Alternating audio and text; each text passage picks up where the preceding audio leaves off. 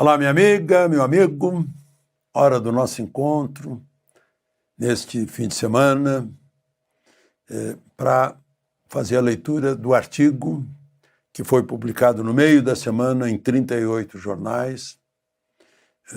Eu aviso que o artigo foi escrito antes de o porta-aviões da Magnitsky chegar no Lago Paranoá. Mas já está meio profético o artigo, né? Porque a gente já esperava.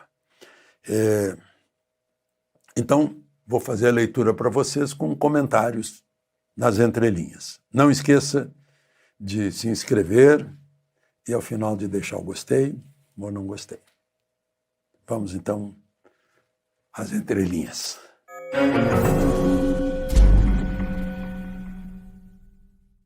O título é Extravagâncias.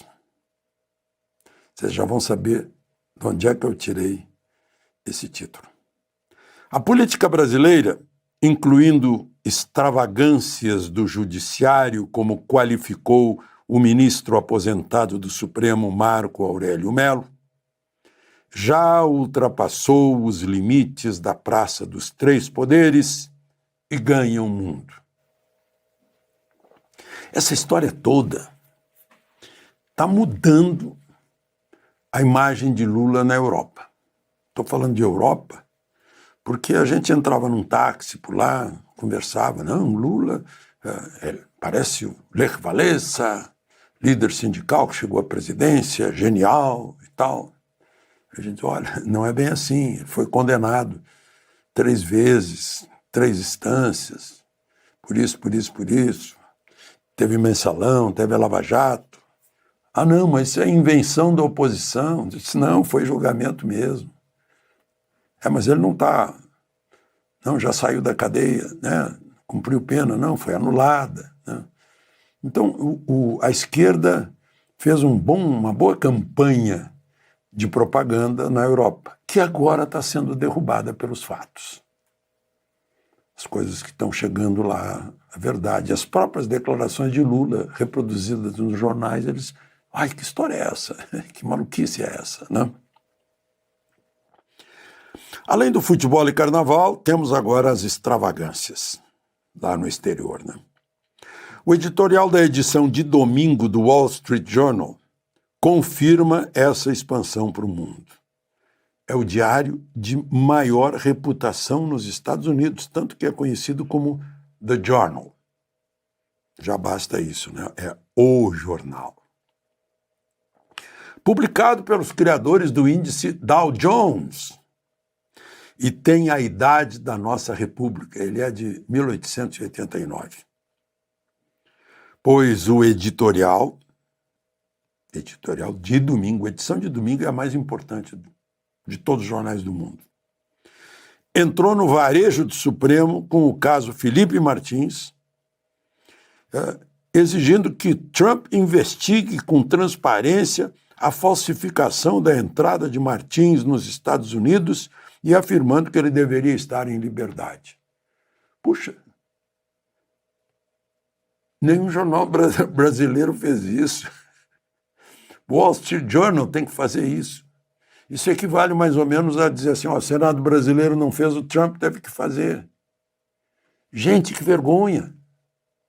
Vergonha para a mídia tradicional, vergonha para o Senado brasileiro. Vergonha para nós, que não pressionamos o Senado quando deveríamos. Eu lembro, eu dizia para as pessoas, gente, não adianta estar aí na frente de quartel, tem que estar na frente do Senado. Bom,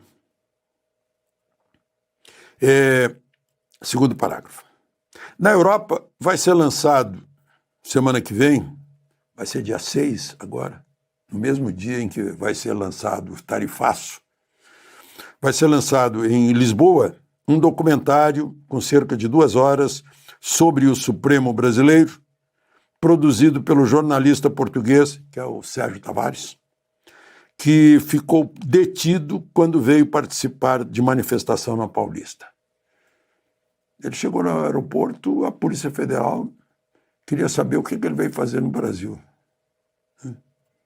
que queria fazer, fez perguntas estranhas e tal. Estava tudo encomendado para intimidá-lo. Deu o efeito contrário. Acabaram provocando-o e ele batalhou aí pelo mundo inteiro, 10 países, colhendo argumentos e enfim, material para fazer um documentário. Deu quase 2 horas sobre Alexandre de Moraes. Está em inglês, vai ser lançado em Lisboa. Bom,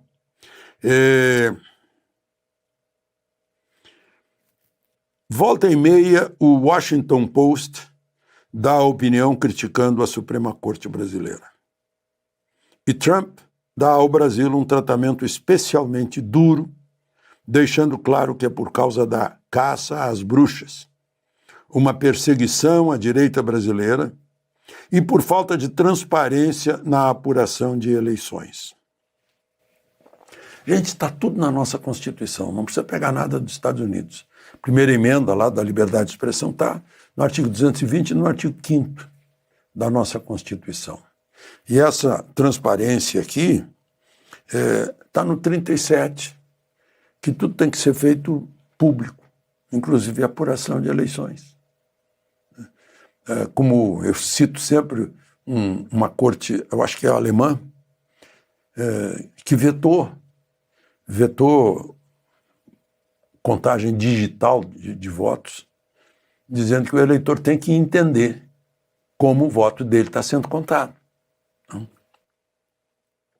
Bom,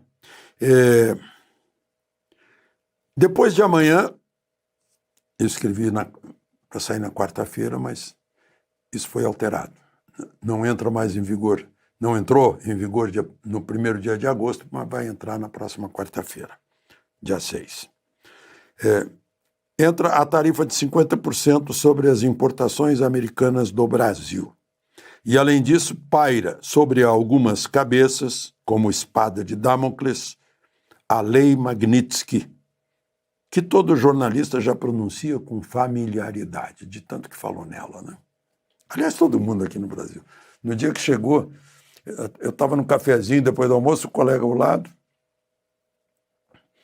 um coronel de artilharia aposentado, me mostrou, olha isso aqui. Minutos depois, estava lá, Lei Magnitsky, e era de uma agência confiável. Em 5 minutos, todo mundo ali naquele shopping já sabia. Foi um rastilho de pólvora, já tinha carro na rua buzinando, aquela coisa toda. Bom, por aqui vamos ajudando a inflar esse noticiário estrangeiro. O presidente todos os dias desafia, debocha, provoca o presidente dos Estados Unidos. Calou agora, depois saiu a Magnitsky.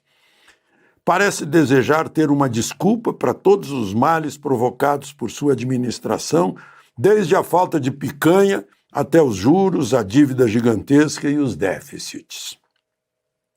No Supremo, o ministro Moraes recrudesce a cada dia, até nos detalhes, como não admitir militar fardado em audiência.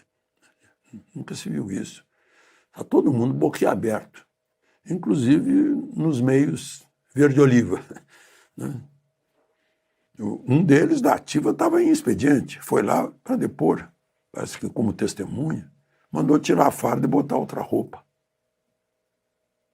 Meu Deus, eu vi tirar a farda em gente expulsa por crime grave. Tirar a farda em público. Aí sim. Bom, se a intenção de Hélio Negão, o deputado Hélio Lopes, ao acampar na Praça dos Três Poderes, era jogar uma isca para ver se Moraes a abocanharia, o deputado viu que o ministro a mordeu e mastigou a Constituição. Não deu a mínima para os pétreos direitos de reunião, manifestação, ir e vir, e ainda mandou o governador tirá-lo de lá, mesmo que Ibanez Rocha, que é o governador, tivesse que deixar a cama, como aconteceu. Já era de madrugada, já era quase 1 da manhã, por aí.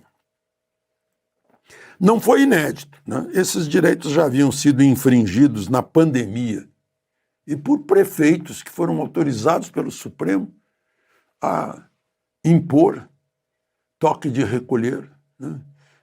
Impedindo o direito de ir e vir, direito de reunião, acesso ao trabalho, inclusive. Incrível. Né? Até missa foi cancelada. Bom, a remoção do deputado Hélio Negão das proximidades da Câmara Federal foi incluída no inquérito das fake news que é de 2019. Nunca se viu um inquérito que durasse 6 anos. Né? Foi profético o ministro Marco Aurélio, que o apelidou de inquérito do fim do mundo. 6 anos de prorrogações. Né? E sem a iniciativa essencial do Ministério Público para iniciá-lo. Último parágrafo.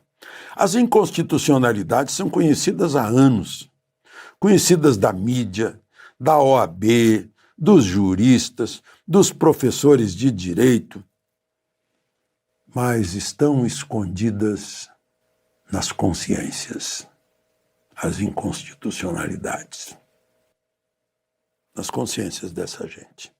Vergonha nossa estarem essas extravagâncias nos principais jornais americanos, europeus, mas não nos nossos, com a veemência com que devam ser tratadas infrações graves a direitos fundamentais. Vergonha nossa estarem na boca do secretário de Estado e do presidente americano, mas não na boca do presidente da OAB Nacional ou do presidente do Senado. Com o Senado omisso, um deputado foi pedir socorro a Trump, Eduardo Bolsonaro. Alegam que Trump ataca a nossa soberania, mas não mostram soberania suficiente para defender a própria Constituição do Brasil, que é a maior das leis. É a que limita o poder do Estado para que a nação seja livre para pensar, debater, criticar, fiscalizar, eleger. Agora, temos uma extravagância política. Um chefe de Estado estrangeiro defendendo direitos previstos na nossa Constituição sem ter jurado defendê-la, como jurou Lula. De Brasília, Alexandre Garcia.